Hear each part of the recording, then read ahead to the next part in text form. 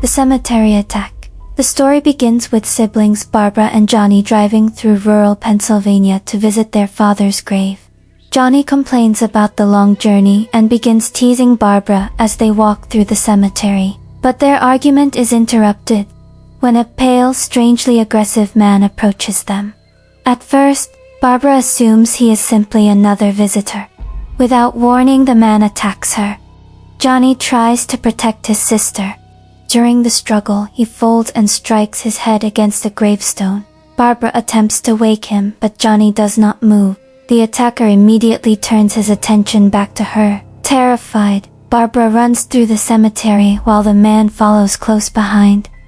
She reaches their car and locks herself inside, but the keys are still with Johnny. The attacker began smashing the windows, forcing Barbara to release the handbrake. The car rolls downhill before crashing near a tree. With no other option, she escapes on foot and eventually finds an isolated farmhouse. The farmhouse. Barbara enters the house and searches for help, but the place appears abandoned. She tries using the telephone, only to discover that the line is dead.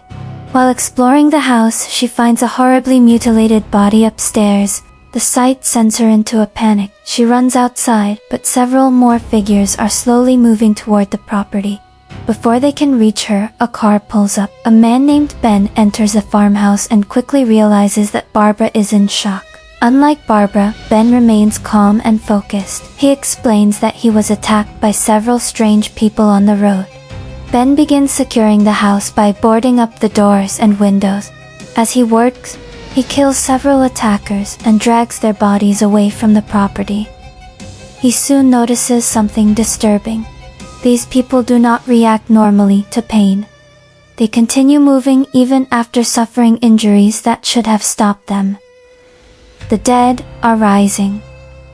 Ben finds a radio inside the house. A news report explains that violent attacks are happening across the region. The attackers appear to be ordinary people who recently died and somehow returned to life.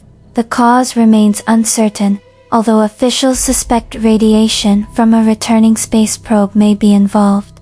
The report gives one important warning. The creatures can only be stopped by destroying the brain. Ben continues strengthening the farmhouse while Barbara remains almost completely unresponsive. She repeatedly talks about Johnny, still believing they can return to the cemetery and save him. Ben tries to make her understand that Johnny is likely dead, but Barbara refuses to accept it. Their conversation is interrupted by noises coming from inside the house. Ben initially believes something has entered the building. Instead, several people emerge from the cellar. The survivors. The group includes Harry Cooper, his wife Helen, their injured daughter Karen, and a young couple named Tom and Judy. They had been hiding downstairs while Ben and Barbara struggled to secure the house. Ben is furious that they did not come upstairs to help. Harry immediately argues that the cellar is the safest place.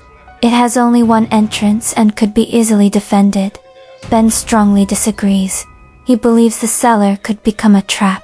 If the creatures break through the door, anyone hiding below would have nowhere to escape. The farmhouse quickly divides into two sides. Tom agrees with Ben and wants everyone to work together upstairs. Harry refuses to cooperate and returns to the cellar. Helen, however, is clearly frustrated with her husband's behavior. Their daughter Karen lies unconscious after being bitten by one of the attackers. The wound appears minor, but her condition continues to worsen. No one understands what the bite is doing to her. The escape plan. A television broadcast provides more information about the crisis. Pauses of armed civilians, police officers, and emergency workers are moving through the countryside, destroying the reanimated bodies. The broadcast also reveals that a rescue center has been established nearby. Ben believes they may be able to reach it using the truck parked outside. There is one major problem. The truck is running low on fuel. A gasoline pump is located near the farmhouse, but reaching it means leaving the safety of the building. Ben develops a plan. He and Tom will drive the truck to the pump while the others distract the creatures using fire. Judy is supposed to remain inside, but she becomes afraid for Tom and jumps into the truck at the last moment. Then, Tom and Judy reach the gasoline pump while Harry throws burning objects from an upstairs window to keep the undead away. For a moment, the plan appears to be working. Then Tom accidentally spills gasoline near the truck. The fuel catches fire. Tom attempts to drive the vehicle away from the pump, but the truck becomes stuck. Ben escapes just before the vehicle explodes. Tom and Judy are killed in the blast. Moments later, the undead gather around their remains and begin feeding. The farmhouse falls apart. Ben races back toward the farmhouse. Harry sees him approaching but refuses to open the door. Ben barely manages to force his way inside before the creatures catch him. Enraged, Ben attacks Harry for nearly leaving him to die. The survivors are now weaker, more divided, and surrounded by an increasing number of undead. Outside, the creatures begin pulling away the boards covering the windows. Inside the cellar, Karen's condition becomes worse. Helen wants to find help for her daughter, but Harry remains focused on protecting himself. The television signal suddenly disappears, and the house loses power. Without the lights and broadcasts, the survivors are cut off from the outside world.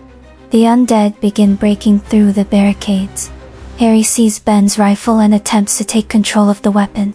The two men struggle. Ben wins and shoots Harry. Seriously wounded, Harry stumbles downstairs and collapses beside Karen. The nightmare inside. As the creatures enter the farmhouse, Helen runs to the cellar to protect her daughter. But Karen is no longer the same child. She has died from her wound and returned as one of the undead. Helen finds Karen feeding on Harry's body.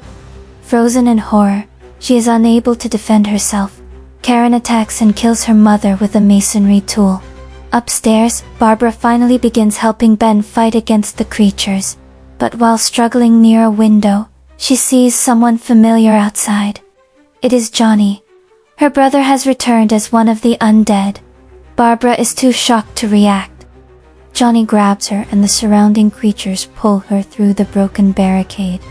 Ben is now the only survivor left upstairs. Realizing the farmhouse can no longer be defended, he retreats to the very place he had refused to enter, the cellar. Ben's last stand. Ben locks the cellar door and prepares to survive the night alone. Harry and Helen's bodies are still inside. Soon both of them begin moving.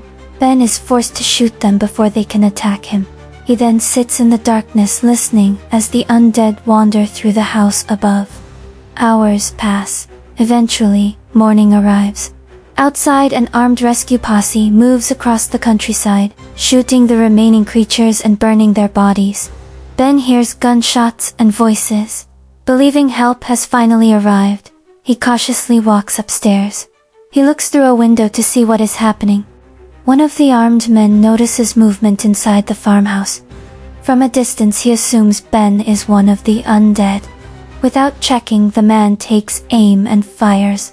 Ben is shot in the head and killed instantly. The rescuers enter the farmhouse, carry his body outside and place it on a pile with the dead creatures. His body is then burned. After surviving the undead, a burning truck, betrayal, and an entire night trapped inside the farmhouse, Ben is killed by the very people who were supposed to save him. Night of the Living Dead helped redefine the modern zombie story. But the film is not only about monsters returning from the grave. It is also about fear, mistrust, and the destruction caused when people refuse to cooperate during a crisis. The survivors have opportunities to work together. Yet arguments, selfish decisions, and panic repeatedly weaken their chances. Ben survives the entire night because he remains determined and resourceful.